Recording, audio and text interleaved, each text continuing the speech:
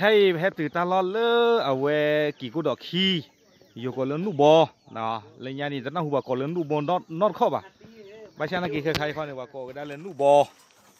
ดีเลยกันเนาะเอาไว้ไม่ฮิตเพื่อเขาเลยปะเตะเลยยัดเตะเลยวิดีโอเลยยาได้ตะกอดกันนี่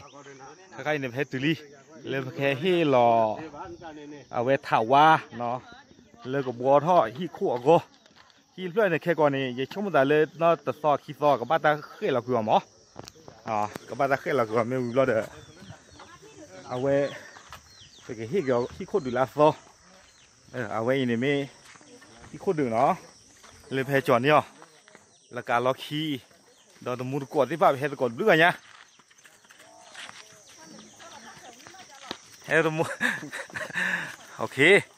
เนาะแกใครไปจอลอตาพุตาลีลีเนาะจอลอตะกอตาพุตาลีลี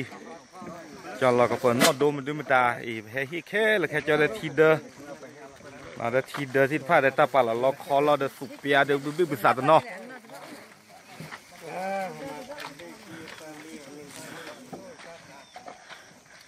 เอาไว้ลิซซี่เจเลยบ้าว่าเลิกเคยดีไปเราภาษา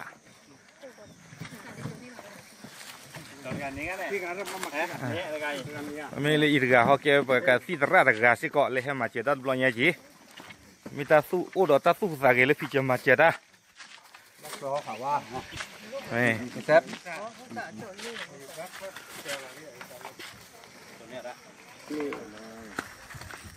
แกตอนนี้ไงเนี่ยแพทย์ตื่นแล้วตาล้อกี่กูดอกคีรีเนาะเว้นกว่ายังโกวได้โยนี่โกวได้จะแหละบ้านนูบ่อนะตอนนี้เรามาถึงที่บ้านนูบ่อเรียบร้อยแล้วอย่างที่เราเคยประชาสัมพันธ์เอาไว้นะครับว่าเราต้องการความช่วยเหลือเพื่อที่จะไปช่วยเหลือหลังคา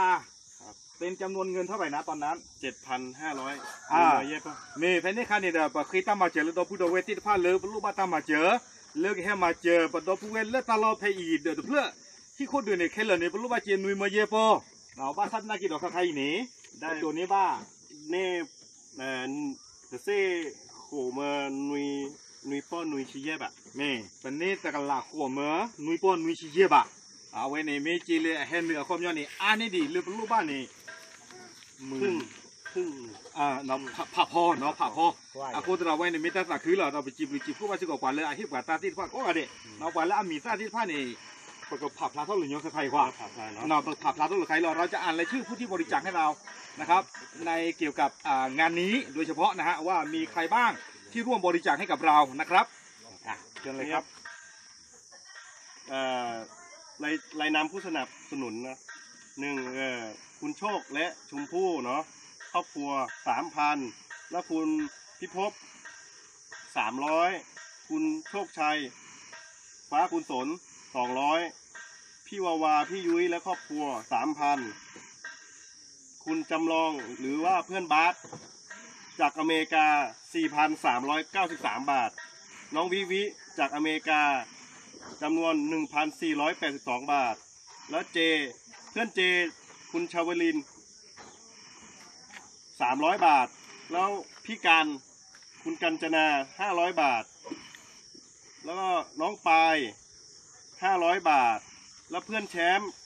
500 บาทน้องฟ้าใสและภูผามอบขนมและเสื้อผ้าให้เป็นจำนวนหนึ่งแล้วก็ลุงสุเทพจำนวน 1,000 บาทแล้วก็พี่ล่าคเดะ200 บาทแล้วก็น้องเจมจากไทยเคมีพัน100 บาทแล้วก็แม่ตุ๊ก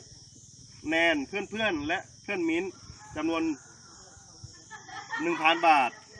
แล้วก็เพื่อนโอ๊ต300 บาทแล้วก็ปุ้ยวันนิดาและครอบครัวจำนวน200 บาททั้งหมดเป็นเงิน 2,075 บาทโอเคเอาไว้นี่มีกว่ามาเจอที่ผ้าเมียซ่าพูดตลอดว่า10หรือกว่าที่ไฟดูมาเนาะเอาความย้อนนี่มันไม่รู้หรอกว่าที่ไฟบ้านนี้ก็ตาพิธามาตบลอยไงนี่อาเกเราป่าทอดทีบ่ะพูดตลอดยาดอนี่เว้เลยป่าพูดตลอดเลยตาตบลอยไงอีเนาะตาพิธามาที่บ้านเนี่ยเกเราป่าทอดแค่เลยแค่จอตาลูกอุ่นล็อกคีทาวาเนาะป่าก็มีอยู่ก็เลยสูบยาดอ ดูเป็นสารเลยตามอย่างเงี้ยที่ผ้าเนาะอาเกวดาครูจีเลยประดูนี่บ้านที่ผ้านี้เราแบบปกีตาที่ผ้าแค่เลยแค่จอนี่หรออาโคตาตอนนี้ตัวใหญ่เนี่ยเราเตะตลอดชอบมีอย่าง เดี๋ยวเราชอดูสิบุสิโพว่าถ้าโคกาเนาะเลิกสนับสนุนกันเนี่ยจะอะไรจะรอเนี่ยขอให้กิจการรุ่งเรืองแล้วก็พระเจ้าอวยพรทุกคนคนและครอบครัว ไม่ว่าจะนับถือศาสนาอะไรเราไม่แบ่งชนชั้นวรรณะเราช่วยเท่าที่ช่วยได้แล้วก็เราทำด้วยใจ เราสิ่งที่เราทำเราไม่ได้ต้องการอะไรเนาะต้องการเห็นแค่รอยยิ้มของผู้ที่ได้รับและความสุขเล็กๆน้อยๆเราก็ไม่ใช่คนร่ำรวยมาจากไหนแต่เราก็ให้ทำด้วยใจโดยไม่หวังผลอะไรไม่เขาไม่เอาอย่างก่อนเตวได้เลยปะตั้มมาตำรวจใหญ่นี่เนาะประมาณตั้งเนี่ยประมาณตั้งเลยตั้งมากะล้อเนาะมือตั้งมากะล้อเราไปเชื่อมือล่าเลยปกติโดนในบ้านเกตันน็อตมีว่ะอ๋อคุณตลอดไปสิบหรือว่าป่ะก็นั่งเด็ดดอกใครๆฮิกจ้าเนาะไม่เก๋ดอกเฮเตเปียกว่าเลยมาเจอตาที่ฟ้านี่ตอนนั้นเราจะเฮติบุจิบุตาเจ้าคนเนาะแกกว่าเลยตาเลือกกว่าเลยนี่แกนี่เราเทียบจะมียาเนาะกว่าแล้วพี่จะมาเจอตาที่ฟ้าแต่คือติดหรือว่าตื่นหน่อยเดินแต่ประมาณจะนะดูแบบที่ว่านอกก้อนเนาะที่ว่าตอนเราพินาเลยพอดูเอาเที่ยวเลยเนี่ยในพอเที่ยวไหนใครเนาะแต่คือติดหรือว่าเดินให้มาเจ็บกว่าเนาะแต่พอดูถึงว่าไม่เคยเดินร้อยถึงกี่วันเนาะคนเลยล้างเดินขึ้นมาเจอเนี่ยโอ้ก่อนเลยยันเนี่ยถ้าก่อนถ้าแค่ยาโอ้ได้ยินเดี๋ยวเราก็รอเลยเสียว่าเนี่ยโอ้ยาเนาะมาก็รอเท่าทีเลยติดหรือว่าน่าเล่นมาจะอยากไปโอเคเลยพิมพ์ตอนนี้บุกมากระเบื้องเจ็บนี่นะครับทางเจ้าของบ้านเขาก็ขอบคุณทุกท่านนะฮะที่มีส่วนร่วมในการช่วยเหลือครั้งนี้ไม่ว่าจะเป็นสังกะสีไม่ว่าจะเป็นอาหารแห้งอะไรพวกนี้ต่างๆนะครับแล้วก็ยังขาดอีกหลายส่วนแต่ก็เจ้าของบ้านเขาก็จะพยายามทยอยทำต่อไปเนาะเอาให้มันทุกอย่างให้มันเรียบร้อยนะครับเอาไว้ในเมย์เปิดทริปตะบลอนยาอีเนาะวีเวด้าเล่นระบบเห็นนี่ล้อเนาะอากูแต่ดอเลตักแค่เลยแค่เจียวบุปผาเตเลตับลูเลิกว่าเลยอภิจะมาเจตาก้อนว่าเดี๋ยวนี้ล้อเนาะตับลูตัวมาเนาะแค่แล้วก็เอาไว้นี่มีเวลาตากัวเลยประตูปากเขาเนาะตากัวเลยอาเกตากัวซีมาแล้วแต่ไม่ตากัวละหูเกบะดาวสิบสิพวกเก็บว่าเลยอะไรก้อนว่าเดี๋ยวจะนี่ใหญ่เนาะอุดปัสสุสตาบอตระเนาะudah pesera polo dah hipokopo udahวัดเนาะเอาไว้เกวสระโปโลปือปกคว้า